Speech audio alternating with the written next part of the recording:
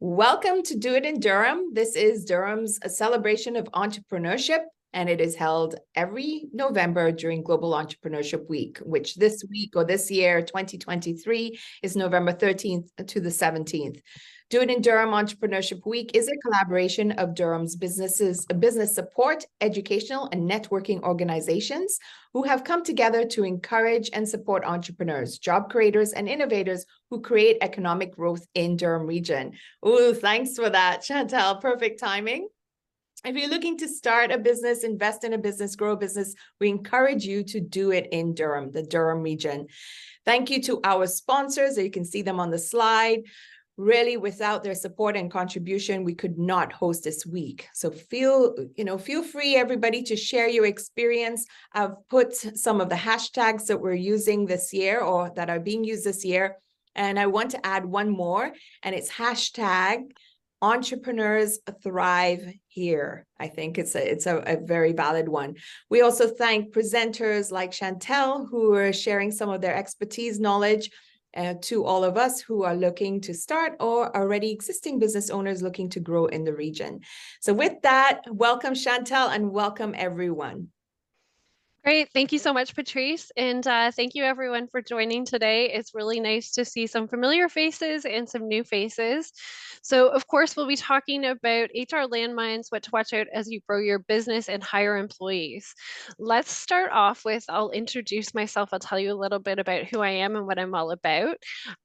So I'm an HR expert with over 20 years of experience. I worked for some really great top employers that you might recognize, like BMW Group Canada, Starbucks Coffee Canada, in their head offices. Most recently, before coming to IHR, I worked for a new electric vehicle company called VinFast. I was their head of HR. And when I started, we were only 9 employees, and I grew the organization to 175, opened 10 showrooms across Canada. And of course, all of the HR perspective that belongs with that. So introducing payroll, benefits, employee handbooks, contracts, hiring all of the people strategy. So it was a lot. It was very exciting, but really gave me the opportunity to grow and develop as an HR professional. Now I'm working for IHR Advisory Services, and I'm leading growing the business here in Whitby in the Durham region. So really excited to be part of Do It in Durham this week. And working in HR, there's no 2 days alike. You're dealing with people, so it's always different, always new situations. And for me, that's really important. It gives people the opportunity to bring their best selves to work, and it can be very rewarding to do so. So let me tell you a little bit about IHR Advisory Services. So we're an HR support organization for small and medium businesses. And what makes us special is that we offer fully customized solutions to clients. So we're really meeting the client where they are in terms of their employment journey. So it can be, based on their organization culture or their practices. It's really an important aspect to customize those HR pieces to be suitable for your organization. So we provide support with the foundational elements, like the things that we'll talk about here today, but also with the more complicated things that keep you up at night as a business owner, like performance management, recruitment, terminations. So those are the things that we help with, along with many other things. So really excited to be part of IHR and building the business in Durham. So what are we going to talk about today? We're going to start with the importance of an employment contract and what are the legally required policies in Ontario and potential risks of not having them. We're going to talk about your employee handbook and how it protects you, your business, and your employees. And then, of course, any questions that you might have. So we're going to start out with a little activity. Hopefully you guys have a cell phone nearby. You can also use your laptop. If you can go to menti.com, and I'm just going to have to switch screens here, so give me a minute. So go to menti.com and you can enter in the code, and then you can answer the question, do you have employment contracts in place for your employees? Yes, no, for some employees, and I don't have any employees.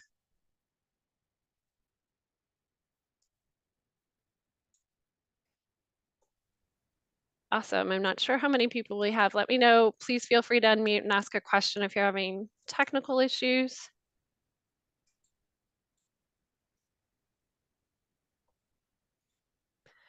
Okay, great. So it looks like we have a few people that don't have any employees and one person that has contracts in place, which is awesome. So really good to see that. Um, we'll talk a little bit about why employment contracts are so important, but along with having them, it's also important that they've been drafted by an employment lawyer or an HR expert, because there's really some critical pieces which we'll talk about that are in those contracts that can really get you in trouble or get you out of trouble. They should also be reviewed regularly by someone, an HR expert or employment lawyer. Regularly means once a year to ensure that you're staying up to date with the necessary legislation. So let's start with what is an employment contract. So it's a legally binding agreement between an employee and the employer that outlines all of the terms and conditions of the relationship. They're really important because they provide clarity right up front at the beginning to avoid any misunderstandings during that relationship and throughout the employee journey and the employment. They protect both parties, so the employee and the employer, and making sure that, as I said, everything is really clearly defined and that it's legally enforceable. Talking about the legal element, you need to ensure that it's compliant with the required and the relevant laws and regulations. So those would be the Employment Standards Act, the Human Rights Code, and the Occupational Health and Safety primarily. So really making sure that you have an expert that understands those laws and that can ensure that it's effectively implemented in your letter. It also allows some flexibility. So what does that mean? You know, if you have part-time employee or certain work requirements or that they need to be on site, these are the types of things that you can include in there that are really important and really special for your working relationship. So it does allow you some flexibility. And then it provides some peace of mind. So making sure that, you know, it's clear upfront right from the get-go that everyone knows what's happening so that it's a fair relationship straight from the beginning. So let's jump back into Mentimeter, and we're going to talk about the terms and conditions that are included in a contract. So what are some of the things that you think should be included in here? You can throw out any ideas. Looks like some great suggestions here, all really important. So termination, we're going to spend some time talking about that because it's one of the most important topics. Hours, release, compensation, terms of the termination, confidentiality, working conditions. Perfect. These are really great. So well done. Let's jump. I think there's still some coming in here. Rate of pay. Yeah. So let's take a look and see. So of course, this is really specific to the individual that you are hiring.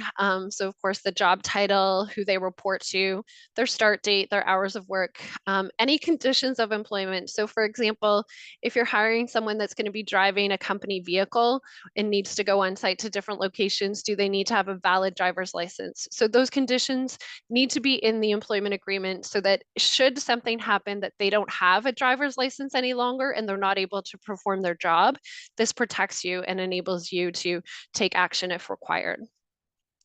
Also, the location of work, as I mentioned, now, you know, with people wanting to work remotely, this is a really important one to have. Do you have a hybrid arrangement? Are you expecting them to be in the office or in on-site working? Making sure that you have that in there is important. Also, probation is another one. Do you have a probationary period? And if so, what is that period? And so these are really factors that are quite different depending on the industry, your organization, and the role that they're occupying. I'm going to talk a moment about enforceability. So this is a contract, so it's a legal agreement, which means you want it to be legally binding. And in order for it to be legally binding, there's some factors that need to be true to be able to do that. So there needs to be offer and acceptance. What this means is that there needs to be a mutual agreement between both parties, so the employee and the employer, and the contract needs to be signed before the first day of work. So you want to make sure that you have that contract returned before the employee starts their work. There's also, it needs to be clear. So as I mentioned, it has to clearly define the terms and conditions in an understandable manner.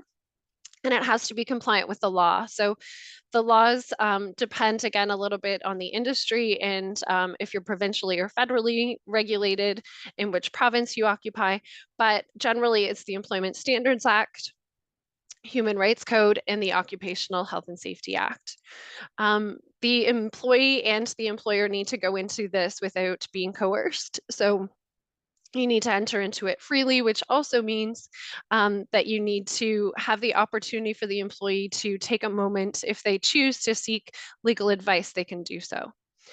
Sorry, I'm fighting a bit of a cold and I can feel my voice going. They also need to be of legal capacity to enter into an agreement. So the biggest factor here is really, are they of age to do so? So those are some things that you want to make sure that are possible, that they're of age, they're of the right capacity, that they're able to go and talk to a lawyer if they need to, and that the conditions are really fair for both parties and it's not a one-sided agreement. Finally, an important piece is consideration. So when you're offering a new job, of course, you're offering them a new job with which comes along with pay, benefits, sometimes vacation, whatever it may be, but it's something of value to the person accepting. You also need to offer a new contract with something of value when the person is, having a change of role. So this could be a promotion, this could be a lateral move, whatever it may be, change of hours, any type of change to their working arrangements, they need to also receive a new employment contract. And in order for that contract to be binding, they need to have something of value accepted there. So sometimes that can be a small bonus, an amount of value to them could be $150 possibly, a one-time bonus. It could be a one-time personal day that they can take a day off, vacation day. It could be a compensation increase, anything like that. But it needs to be something that is of value to the employee in order for it to be binding. It looks like Patrice has a question. Yes. How soon after the change is that contract meant to be done? So when So the it should, promotion happens, within yeah, what time period? great question. So it should be right at the same time. So as I mentioned, it needs to be the day that they start work. So you should have that signed agreement before they start in that new role, if it's an existing employee. Good. Okay, so let's move on to terminations. Often a little bit of a scary topic for many, but this is one of the most important clauses in the employment contract because it outlines really the amount owed should the relationship not work out. So I'm going to explain how this impacts you as an employer potentially, because it can end up costing you more money if you don't have a contract at all, and especially if you don't have an enforceable termination clause within the contract. So they need to be written really carefully, and this is where that HR expert or employment lawyer needs to come in to help write this clause because it needs to be enforceable with the ESA, so the Employment Standards Act. It needs to have the minimum amount of that. It also, there's court decisions happening on a regular basis, and this also impacts if it's enforceable or not, that clause. So if you don't have an employment contract or the termination clause is not enforceable, what is the impact to you as a business owner? It depends on the employee's age, length of service, the type of employment. There's a variety of factors that go into that decision making. However, as a general rule, if it's within the Employment Standards Act, so you have an employment contract and the clause is enforceable, it's about 1 week per year of service that you would need to owe the individual. That changes a little bit if they have over 5 years of experience, 5 years of service. It would change to 2 weeks per year, but generally that would be the calculation. If you don't have an employment contract or you don't have a termination clause in the employment contract, this amount increases from 1 week to 3 or 4 weeks. So as you can see, that's a big difference to you as a business owner. An example with a 3-year service employee, so someone that's been working for you for 3 years, If you have the proper contract in place, it would be 3 weeks of pay. If you don't have a proper contract in place, it can be up to 3 months or more in some cases of pay. So that's a big difference when you look at the bottom line, and it's really important to have this clause in your employment contract. Any questions? I know that was a lot of information to start off with. Feel free to put them in the chat as well, or if you want to save them to the end. Okay, so next we're going to talk about what are the legally required employment policies in Ontario. So as I mentioned before, employment legislation is a fairly broad term. It really depends on which province you're in, if you're federally or provincially regulated, and what industry you're in, as well as the nature of the relationship with your workers. So for this purpose, we're talking about an employee and an employer relationship in Ontario that's provincially regulated. So let's go ahead and jump back into Mentimeter. And we're going to have our next question. We've got eager people here. That's awesome. At what number of employees are you legally required to have a health and safety policy in place?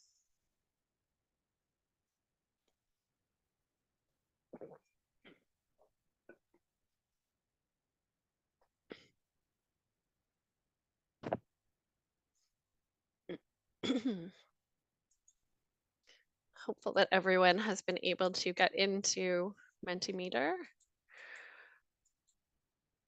Okay, so that's great. The answer is actually, drum roll, greater than 5. So it's 6 employees, and you need to have an occupational health and safety policy in place, and it needs to be posted and reviewed regularly. And you also need to have a worker representative available. So 6 employees or more. 20 employees, it changes a little bit. You need to have a certified worker and a certified manager. Or if you deal with a designated substance. But that means that they need to take the health and safety certification in Ontario. You also need to conduct monthly workplace inspections and have a quarterly meeting. So over 20 employees, it changes a little bit. And then at 50 employees, it changes again. And you need to have 2 members of management and 2 members of the workers. And so also still having the responsibility to have a policy in place and do the workplace inspections in the committee meetings. So the occupational health and safety says that all employers have the responsibility to keep a well-maintained workplace and to take all the necessary precautions to protect their employees from illness or injury. You need to make sure that you are, again, doing those inspections and checking to make sure that everything is safe. You've probably seen, or if you've worked in other environments, the Health and Safety Board. So that's also a requirement. You need to have the WSIBs in case of injury at work posted. You need to have your health and safety policy posted. The Occupational Health and Safety Act needs to be posted, as well as the committee members if you have them. So making sure that all of this information is available to your employees is a really important piece of being compliant with the Occupational Health and Safety Act. If you're not compliant, so if you don't have these things in place, it can be a little bit scary. These are the maximum amount of fines. So don't be overwhelmed straight away. But there are some consequences that may happen. So there could be legal action, especially if there is an injury or something happens in the workplace. Your WSIB costs would increase. Also, you can have the Ministry of Labor visit. So I used to work, as I mentioned, for BMW. We had a really nice fancy building on the side of 404, and we had the Ministry of Labor stop by just because they wanted to see our facility. So they wanted to do an inspection. They walked through and checked out everything, and they're always looking for something that they can report back on. In this case, it was the MSDS sheets, which are the chemical sheets that were in our cafeteria for the cleaning supplies. They were not all up to date. So they gave us a period of time, if I recall, I think it was 14 days to update those sheets, and then they returned to check that we had done so. So sometimes they can be really nice. And they'll come back and give you the opportunity to rectify the situation. But that's also if it's a smaller incident. If it's a large issue, or if there has been a significant or serious injury on site, they may not give you that time to resolve. Or they can give you maybe only 1 week to create a policy, and then you're doing all of this really rushed. So it's really important that you take the proactive approach and that you are able to take care of it straight away. Next, we'll talk about the workplace. Maybe I'll pause there. Does anyone have any questions about the health and safety? Because it's a big topic. I have a question. Mm-hmm. I don't know if it was mentioned on the slides, but where can you get all of the sheets to print? Is it available on like the Canada website or Health and Yeah, Safety? so if you go to the Occupational Health and Safety site, you can find it there. There's also a great organization called WSPS, so Workplace Safety and Prevention Services. They have a lot of great resources as well. If you don't actually have a business that operates within like a business, like you're a service, so you're going out to other people's homes to provide Yep. that service, how does this relate to, or what's the impact of having workplace safety? Because it's not your place, right? Yeah, It's yeah, not your yeah. business Great that you're question. operating out of. Especially now, as we have a lot of remote work. Mhm. So you're still required to have this in place. So you still want to be providing a safe work environment. So it may be ergonomics and a lot of we're making sure that they have a safe setup at home if they're working from home. If they're going to on-site locations, then sometimes you'll have special insurance to make sure that they're protected if they go on site. You can also ask about wherever they're visiting. I mean, if it's people's homes, is a little bit different, but you want to make sure that you're taking the necessary precautions to protect them while they're doing those on-site visits. Any other questions? I know health and safety is a big meaty topic. Okay, so let's move on to violence and harassment, workplace violence and harassment. So this is another policy that's required once you have 6 or more employees. A really important one. I'm sure we can all agree that we want to make sure that we're protecting our employees from discrimination, harassment, and bullying. So the requirement is, again, that you have a policy in place, that you're training your employees, and that you're making sure that they're safe at work. The definition of, sorry. Sorry, there is one question from Hillary, Okay. I believe, before we move on to that. Yeah, Yes. no problem. Go ahead, Hillary.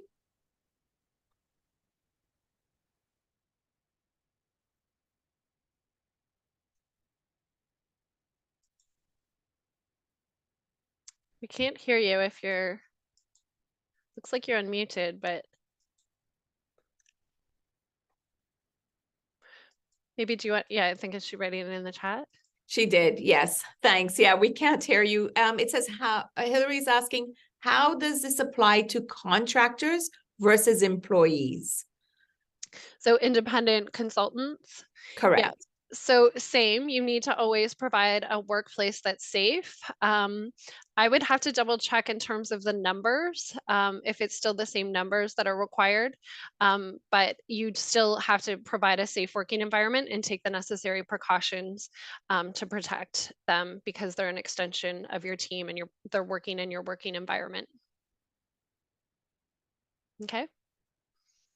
Great questions. She said, yes, that's what I was curious about, the numbers and the policies. Thanks. I can look into it and get back to you on independent consultants. They're a whole separate sort of employment relationship, so a little bit more difficult. Great questions. Okay, so talking about the workplace violence and harassment.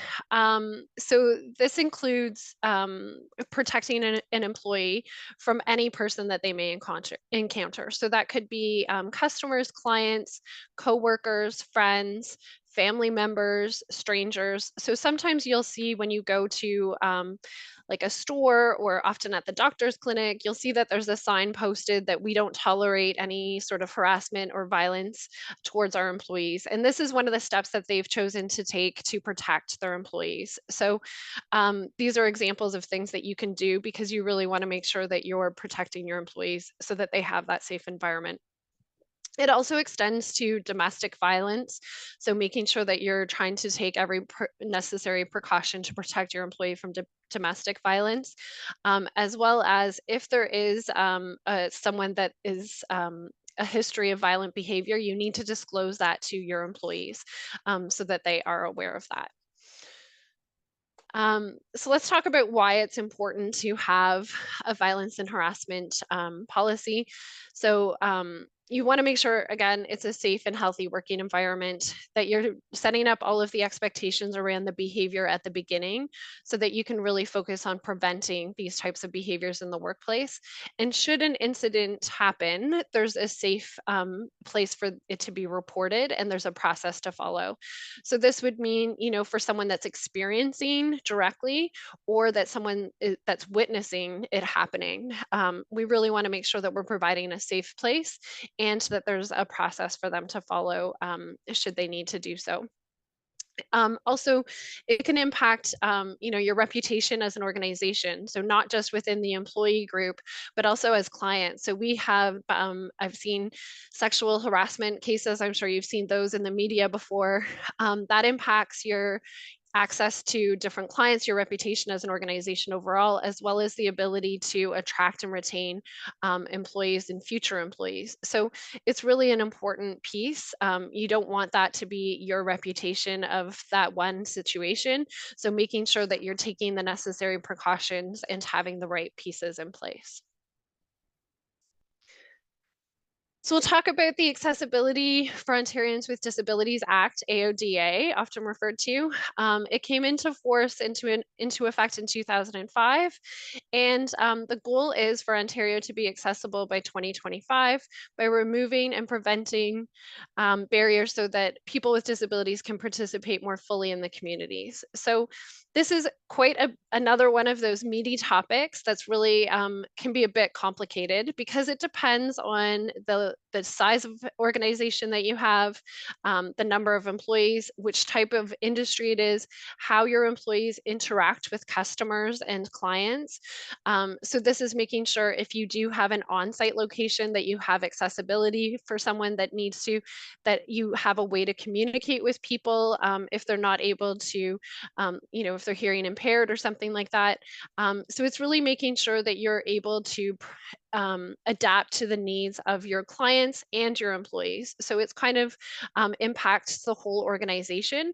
So from an HR perspective, it's supporting candidates through the recruitment process, providing support to the employees through their whole employee journey. So it could be an accommodation should they come back from an illness, or it could also be accommodating them through their performance.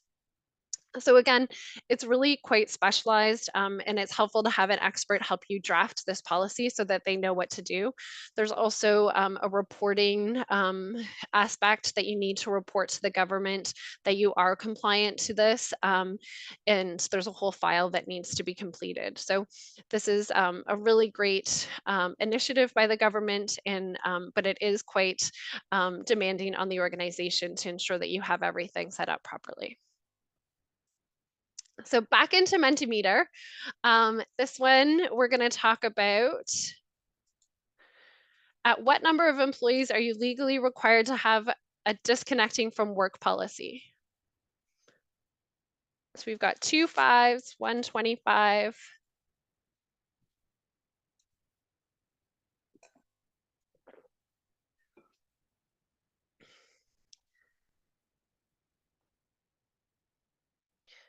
Okay, great. So I'm going to jump back into the presentation. So it's 25 or more employees, and you need to have a disconnecting from work policy. So what does that mean? You know, now we have all sorts of different technology. We have cell phones, we have laptops, we have remote working. So the lines are really blurred between what is your personal time versus what is your work time. And so this policy really ensures that employees have the opportunity to fully disconnect during those times that are breaks, vacation, and after working hours. So it's making sure that they are able to do that and they're not having any sort of reprisal. So it's not something that their manager will say, I sent you an email at 7 o'clock last night. How come you didn't reply to it? That's not really fair for the employee because it shouldn't be their working time. Also, it shouldn't be in their performance review because it's not supposed to be something that they are held accountable for during those hours. And trust me, I've seen it. I've seen it in performance reviews. So it's really important to have this policy to protect that well-being of the employee, right? You're going to have a more satisfied employee. They're going to be rested, hopefully, whenever they have these breaks. So it's really important to have that policy. The next one we're going to talk about is electronic monitoring policy. So again, 25 or more employees. Now this one is interesting because it doesn't mean that you're not able to monitor your employees through technology, but you just need to be transparent about it. So there are some very valid reasons that you would be monitoring their performance through technology or engaging in electronic monitoring. And those would be, you know, health and safety. So again, maybe they're going to on-site visits and you need to make sure that they're getting there properly, or that they're from a client perspective, it's making sure that the standards are met. Sometimes you have in doctor's offices, it'll say who made the update on the chart so that everyone knows who's in and out of the file for privacy reasons. So there's really some important things like data security, but it's being transparent about what is being monitored and what the purpose is of that being monitored. So it doesn't mean you can't do it. You just need to be able to explain that it's happening to your employees. Any questions about any of those policies? Okay, great.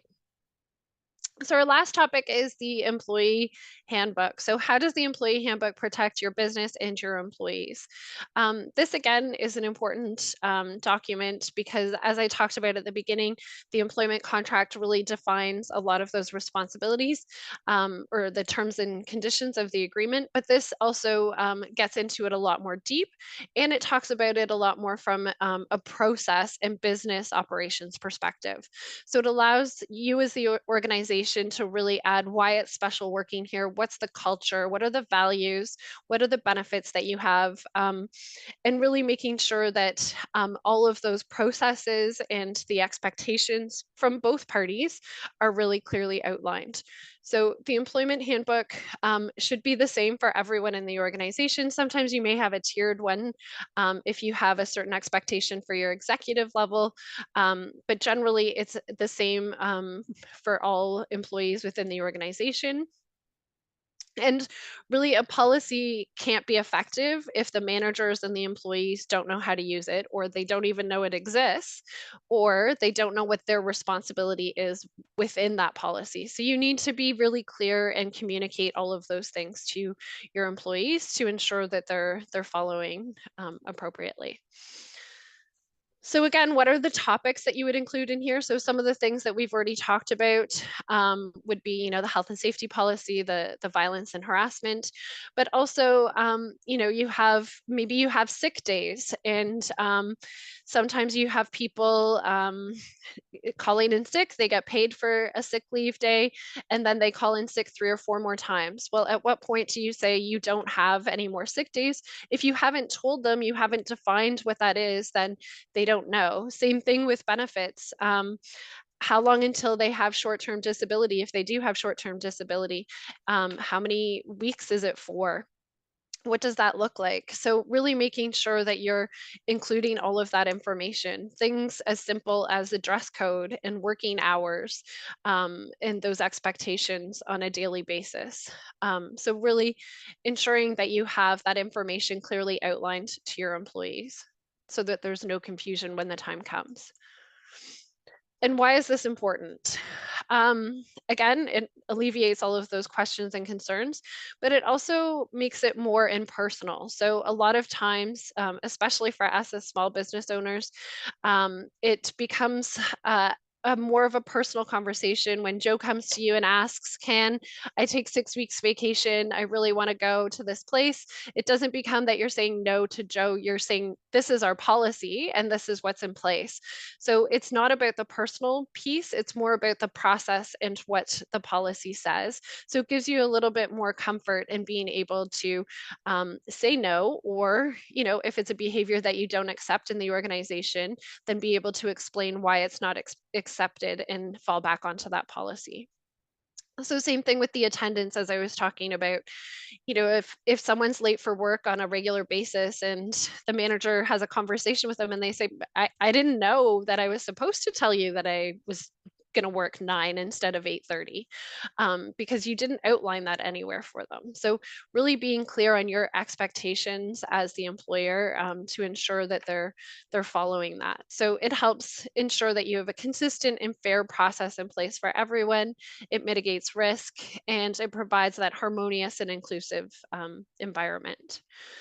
So really making sure that you have all the necessary policies in place keeps you on the road to success, and provides some guidance for your employees so that you have a good and effective relationship so that everyone can be their best at best selves at work. So a little bit again about me. I would love to connect with you guys. If you have questions following today, I'm happy to open it up to questions now, but also to connect on LinkedIn. We have an IHR Instagram and Facebook page, as well as a LinkedIn page. I know managing and leading people is a complicated thing, and having an HR expert help you with that takes that stress away. And it's one of those things that can keep you up at night that hopefully we can help you with a little bit. We can also, I invite you to send me an email. We can connect, have a 30-minute free discovery call. We also have a learning portal that has it's a self-guided tool that can give you access to a lot of additional employment resources and information, a little bit more in depth of what I've talked about here today. Any questions? How did I do for time? All right, You we're did good. great for time. Yes. Good. I can't see, like I said, because I can't see the audience because I'm only looking at you, but I've got Alyssa saying no, but thank you so much. So that's I hope good. this was helpful. Yeah. So Nicole says questions, 2 questions. Okay, Nicole, go for it. You can put them in the chat or you can unmute yourself. Can you hear me? Yes, we can. Okay, so question number 1, who helps us draft these policies? Is it a lawyer or an HR specialist or both? Yeah, great question. So us at IHR, we can help you draft those policies. Some of the policies that we have are drafted by employment lawyers where required, but us having, we have 30 years, 20 years, lots of HR experience on the team. So we customize them to be really specific to your organization. So there are different ones that there's just templates, but we make sure that it makes sense for your organization in terms of the culture, the wording that you're using, the specific industry. And as we talked about, there's some differences depending on which province you operate. If you operate in many provinces, the working relationship that you have. So an employment lawyer can definitely help you. I would say they'll probably be more expensive, but us at IHR can also help you. And even if we have an HR consultant do it, should we have a lawyer review it after? That's your preference. I don't think that it's required if Not necessary. experienced enough. Yep. Okay. And the other question is, so if you're looking at a 1 to 5 employee organization, what would be the ballpark fee to have that whole gamut done of the policies and the handbook and all that? Yeah, so we can chat about that. Like, I'd love for you to send me a note and we can have a conversation. So we have different programs that we offer depending where you are in your employee life cycle and what types of policies. So it's not a one size fits all. As I mentioned, we're really customized to each different organization. So would love to have a conversation and we can definitely talk about that. All right, thank you. Awesome, thank you. Okay, I'm not seeing any more questions, but just to repeat, the information, the contact information for Chantel is on the screen. If you want to Google now or search online, it's not Yeah. Google, definitely look up, it's ihradvisoryservices.ca, and you'll be able to get all their contact information there as well. Chantel, thank you so much. That was very informative. I love that it was easy to follow. That's just me personally. And lots of takeaways, because something else I noticed is that HR or human resources and policies and regulations, etc., is always changing. So having somebody on your side Absolutely. that can keep abreast of all those changes, and therefore, you as a client, certainly helps. So with that, thank you, everybody, for joining us today. We hope you found it informative. And for those who are seeing it for the first time on the YouTube channel, welcome. This was during the Do It in Durham, which is part of our Global Entrepreneurship Week, which is around the world. We're from the Business Advisory Center of Durham. It's a small business center, part of the Small Business Center Ontario network. And we serve the region, helping individuals just like you who's starting or growing a business in the region. So thank you, everybody. Stay awesome. Keep entrepreneurship flowing, that spirit alive. And Chantal, thank you again. Thank you, everyone, for coming. It was